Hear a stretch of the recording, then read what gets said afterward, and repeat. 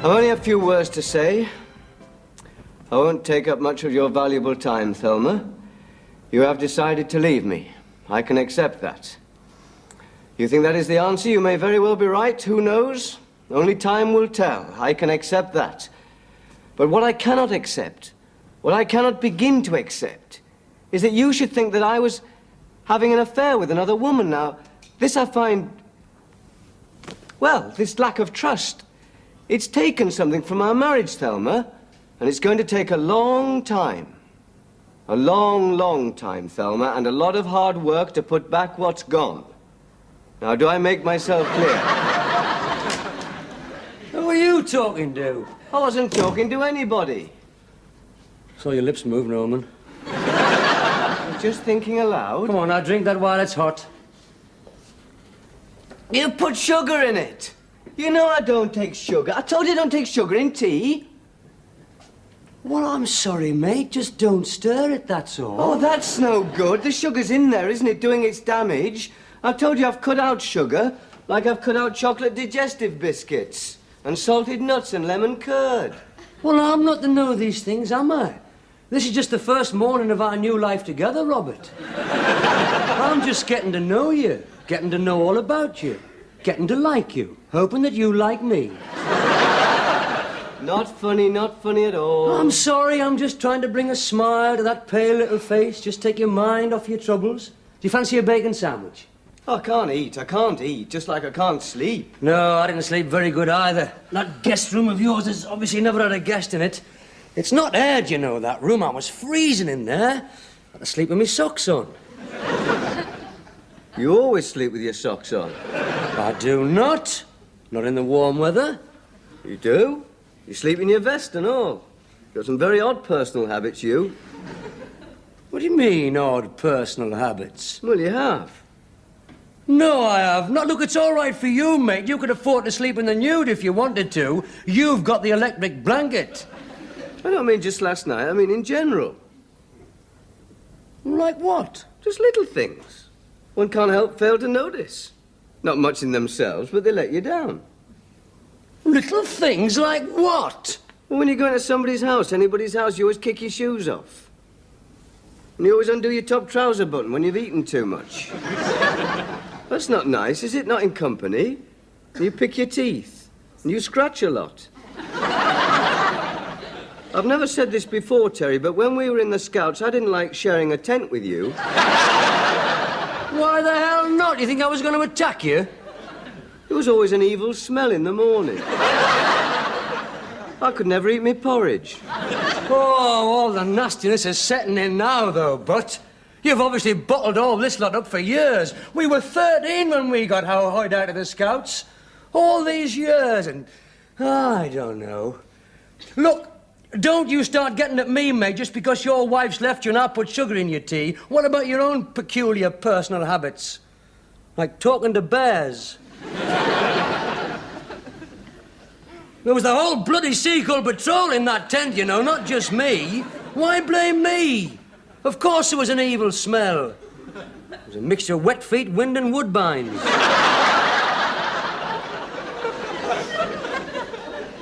It was always your wind. I don't have to stay here, you know. I can go home to a perfectly warm bed where nobody gives a rat's about me top trouser button. I came here as a friend to help you over your emotional problems. However, look, obviously nobody's allowed anywhere near this house without a diploma from a Swiss rotten finishing school. I'm sorry, Terry, honestly. I remember when you used to cut your toenails in the fireplace. But I wouldn't dream of mentioning that. Look, I've said I'm sorry, honestly. I'm under a lot of stress at the moment. You know what it's like when you can't sleep? Only too well after last night. Well, you can have the electric blanket tonight. Oh, you want me to stay tonight, do you? Well, if you don't mind. Yeah, want me to stay now, do you? I'd be ever so grateful. Ah, look, kid, I don't want your gratitude. I mean, what are friends for? It's times like this when you find out who your real friends are. It's times like this when you need the comfort and understanding of somebody like me. Can I honestly have the electric blanket? Yes, certainly. I mean, I'm not sleeping, am I? Not with this emotional problem hanging over my head. All right, then. Only just bear in mind, And I may not be as genteel as Thelma, but I'll do my best to keep this place tidy while you're at work, and I'll do the shopping and get the meals and such like. I'll leave you something for the housekeeping. You'd better, the cost of living these days. Probably be easiest if you get everything at the supermarket, get everything we need. Well, that depends on how long I'm going to be here, doesn't it? I mean, how long do you think this emotional crisis of yours is going to last? Well, it's up to her, isn't it? Is it? Definitely. She's responsible for this. I'm going to say to her, you have decided to leave me. Fine. I accept that. You think that's the answer. You may very well be right. Only time can tell. I can accept that. But what I cannot accept, what I cannot begin to accept, is that you should actually think that I've been having it off with another woman. Pardon? I know the rest, kid. I heard it. Oh. Well, I couldn't help it, could I? Well, I just want to find out the best way of putting it to her. Well, when are you going to put it to her? I mean, when are you going to tell Thelma what you've been telling Norman half the night? Well, the sooner the better, I should think. Oh, I agree, definitely. Do you? Well, certainly. It's an hour-long speech to remember. It doesn't have to be word perfect, as long as I get the gist. It is the most important speech of my life. I might as well try and get the words right. Well, I agree. I'm not getting at you, kid. I know how important the right words are. I should. Was married to a German girl, wasn't I? Oh, our marriage might have stood some chance if only we'd had some way of communicating with each other. Every time we had a row, she couldn't understand the abuse I was hurling at her. Well, perhaps that was just as well. Well, of course it wasn't. She kept locking me out of the house. And you can't go up to a total stranger and say, please, will you translate, let me in, I want to go to the lavatory. But did you never make any attempt to bridge the language barrier? I did once. One night when she'd really gone too far, and I thought, right, my girl. So I went round to this neighbour and borrowed his useful German phrase book. Big, massive thing it was, about that thick. And did you find it useful? Very. I took it home and clouded her with it. That is nice. That's charming, that is. About the only time the neighbours came in handy. Terry, about the neighbours, look, there's no point in everybody knowing about this situation. I mean, I don't want the neighbours in. I don't want the neighbours coming in all hours with advice and jars of homemade marmalade. Look, have you seen the time? You're going to be late for work, and I've got to do these dishes and then get down to the shops. Terry, this business between Thelma and I, well, I don't want everybody knowing. Let's just try and keep it between ourselves, shall I? Of course. I know you. I mean, if you're going down the shops, I don't want this all round the Elm Lodge housing estate. My lips are sealed. And then you might bump into your Audrey, then it'll be on the Jungle Telegraph. Round the whole bloody north by 6 o'clock news. Probably be on the 6 o'clock news. My lips are sealed. Mind you. Mind you what? Well, I can't help the neighbours seeing me, can I? Seeing me loaded with your shopping. Well, you could make an excuse. You could say there's sickness in the house, Thelma's ill. Oh, then they're bound to be round with jars of homemade marmalade. It's infectious, very infectious. Well, then why am I here? You've been injected, so have I. Well, that's a relief. You could say that she hasn't got to see anybody, complete peace and quiet. She's been overdoing it at the library, stock-taking. I know what I'll say. If anybody asks me, I'll say that work at the library is killing Thelma. They found her, buried in her books. Oh, come on, Terry, come on, be serious. All right, then, being serious, why am I here? What about everybody else? I mean, Les the milkman, the postman, that cheeky lad on the ice cream van. Now, we don't want them speculating, now, do we? You're here because your street's being demolished. It's what? It's being demolished. It's certainly due for it. Oh, don't be stupid. Everybody knows my street's not being demolished. Well, nobody round here will know. Nobody round here will be seen dead down your street. Oh, Charlie, this has got a lot more character than round here, I can tell you. Is that cup supposed to be clean? Oh, and while we don't get all steamed up over middle-class gossip like you lot... Shh, it's Les. Now, not a word, right? Not a whisper. I've told you before, my lips... are sealed, yes. Well, let's just see that they are. The soul of discretion, Robert. Hello, lads. Morning, Les. Hello, Bob. Les. Hey, you're a bit late, aren't you? Are you off work? No, it's Thelma that's off. Infection. But I've been injected. And I'm being demolished. All right. Oh, well, I'm sorry about that. I hope she's soon back on her feet.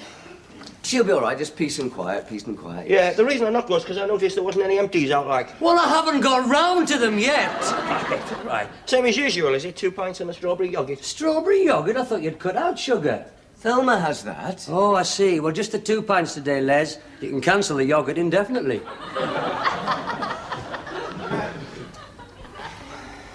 And it's going to take a long time.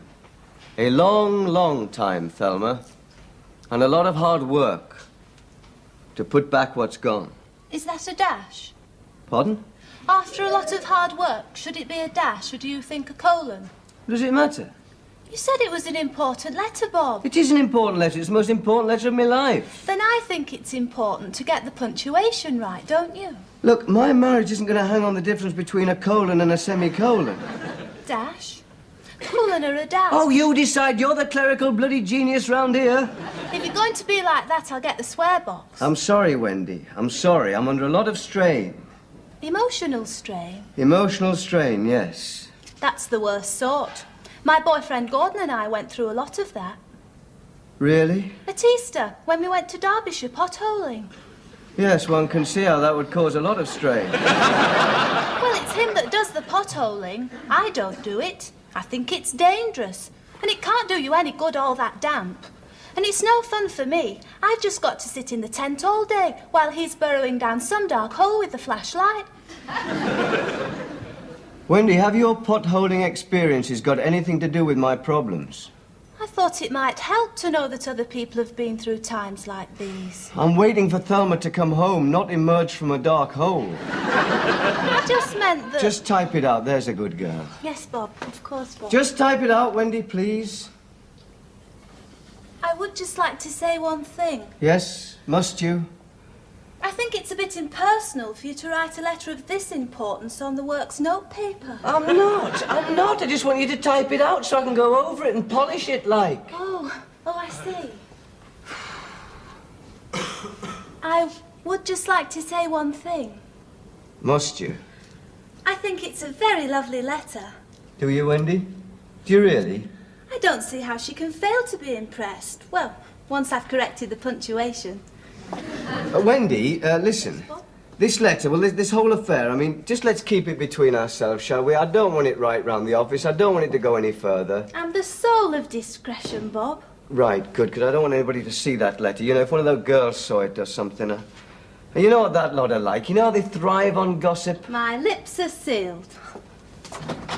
Oh, sorry. Oh, shouldn't we knock, Vivian? I suppose so. I'm sorry. Do you want me to come back next week?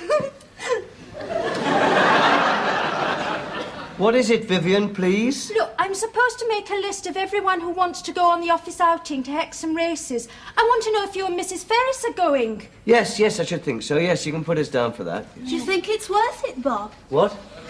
It's £3 a ticket. Shouldn't you wait and see if Thelma comes back first?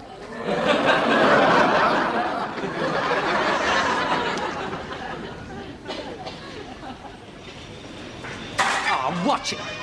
Oh, hello, Ord. What on earth are you doing here? Well, I'm shopping, aren't I? But my mum doesn't shop this end of town. Ah, this is for Bob. I'm getting Bob's stuff in. Bob? Oh, and Thelma. Bob and Thelma. Thelma's not well, you see. She's in bed. Oh, poor pet. Well, I'll drive you round there and pop in and see how she is. No. You can't do that. Why not? It's infectious. What is? What she's got. Very infectious. Only I'm all right, though. I mean, me and Bob, we've had the injections. In any case, she needs the rest. Complete peace and quiet, and no visitors whatsoever. Well, it's the stock taking, you see. I mean, it takes it out of you, that. And I'm only there in case you need anything. You do a bit of shopping, like, and staying there watching the house and making sure she gets no visitors. Thelma's left him. Terry told me. Well, what happened? Well, I tell you. Well, apparently, Thelma's left him. You know, Bob Ferris. But they were so happy. I know. Everybody thought so. Yes. Yeah.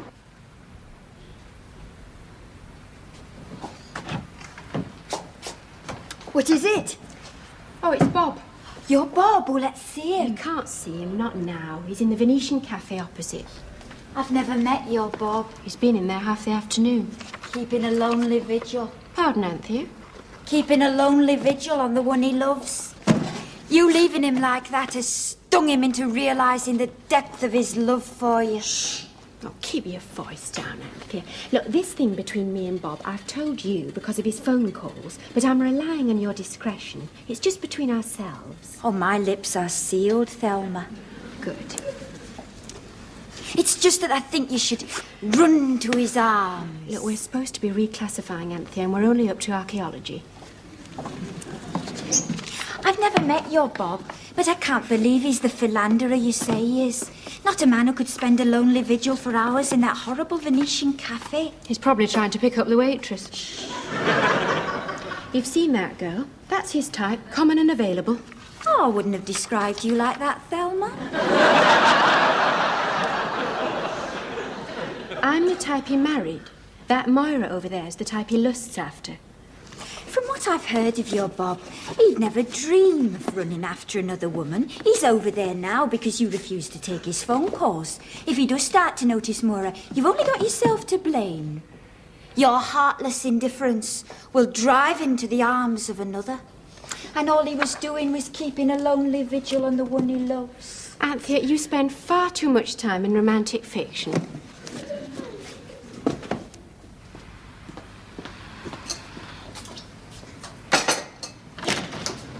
I knew you'd be here. What do you want? Hey, give us that. Oh, it's tight now, is it? None of your business. It's a letter now, is It's it? my concern, not yours. You're bottled out of telling her, eh? You couldn't tell her to her face.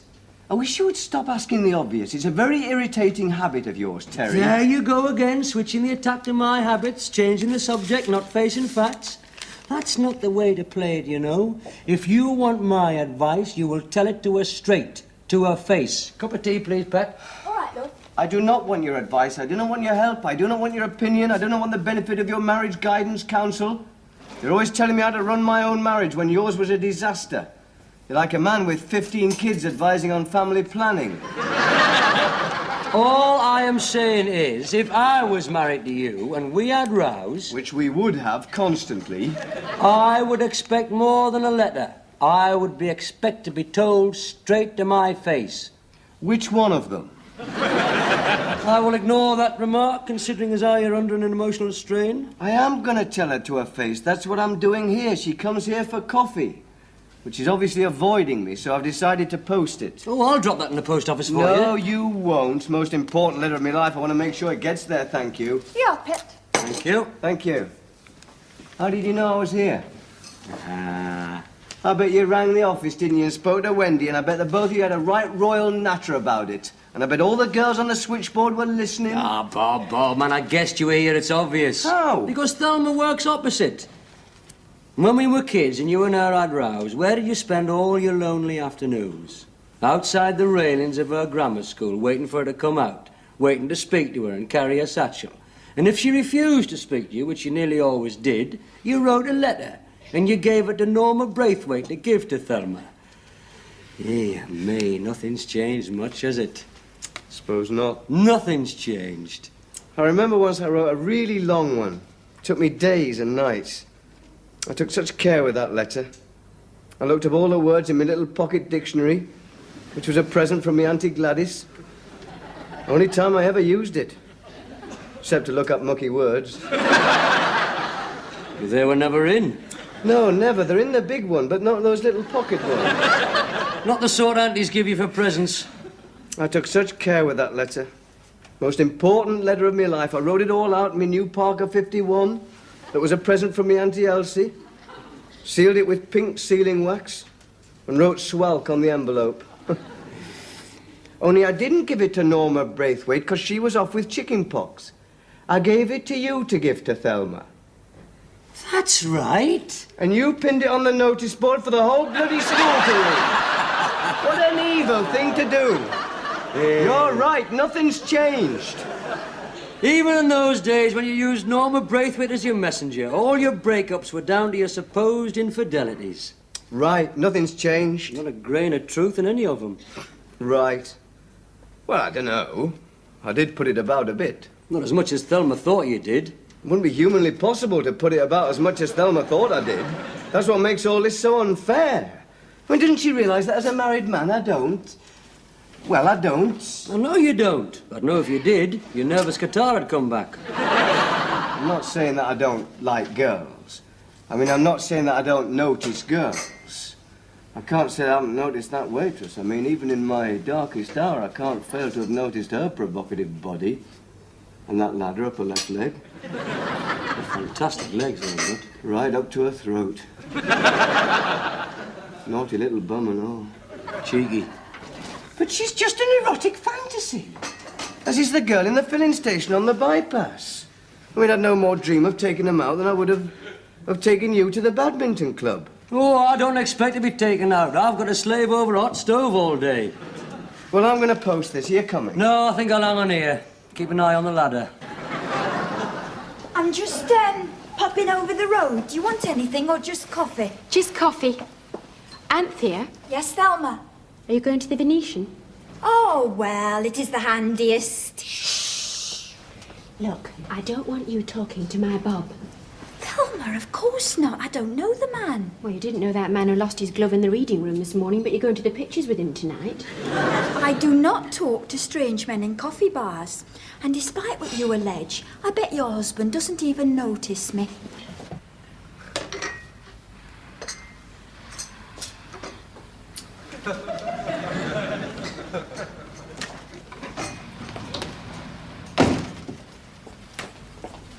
Two white coffees to take out, please, Moira. No sugar. Okay, Anthea.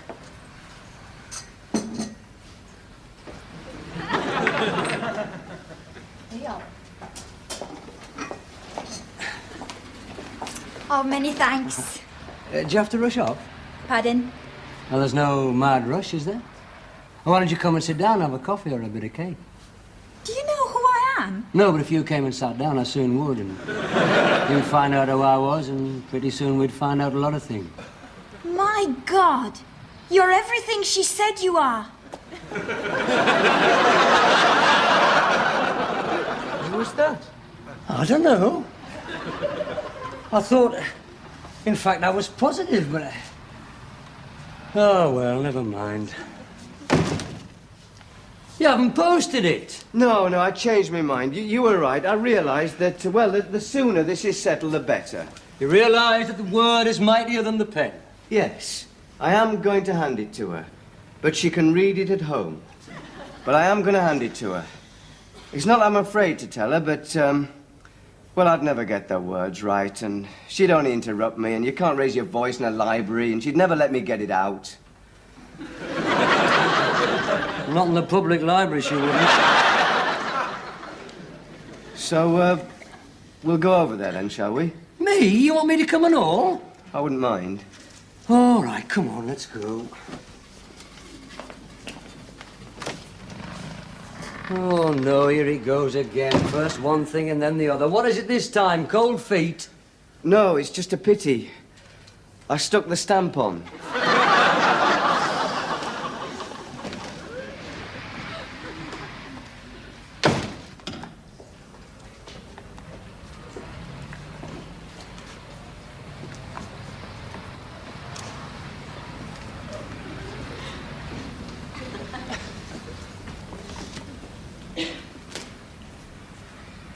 Yes, can I help you? Is Thelma Ferris here, please? Oh, she's cataloguing at the moment. I can fetch her if it's important. No. It's not that important. I wouldn't dream of... don't bother to. Would you see that she gets that, please? Yeah, all right. Shall I say who it's from? Her husband. You can say it's from her husband. Oh, is it? He didn't have the nerve to come in here after what's just happened. He sends his messenger, does he? Well, you can give him this back and tell him if he's any sort of a man, he'll fetch it himself.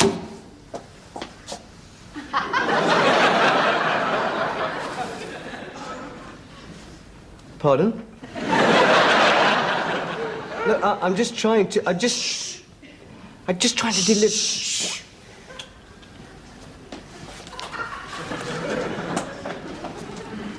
What was all that commotion, Anthea? Oh, nothing, Pet, nothing at all, really. I'll just get my handbag. What is the matter with that girl?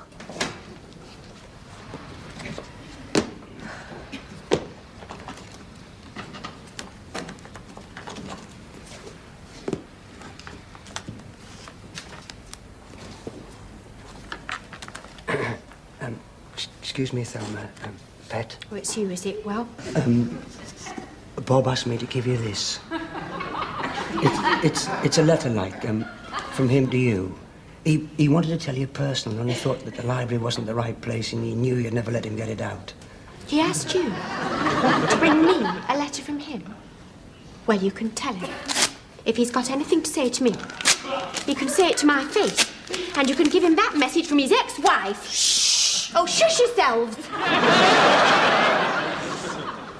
Loving, they say, means never having to say you're sorry.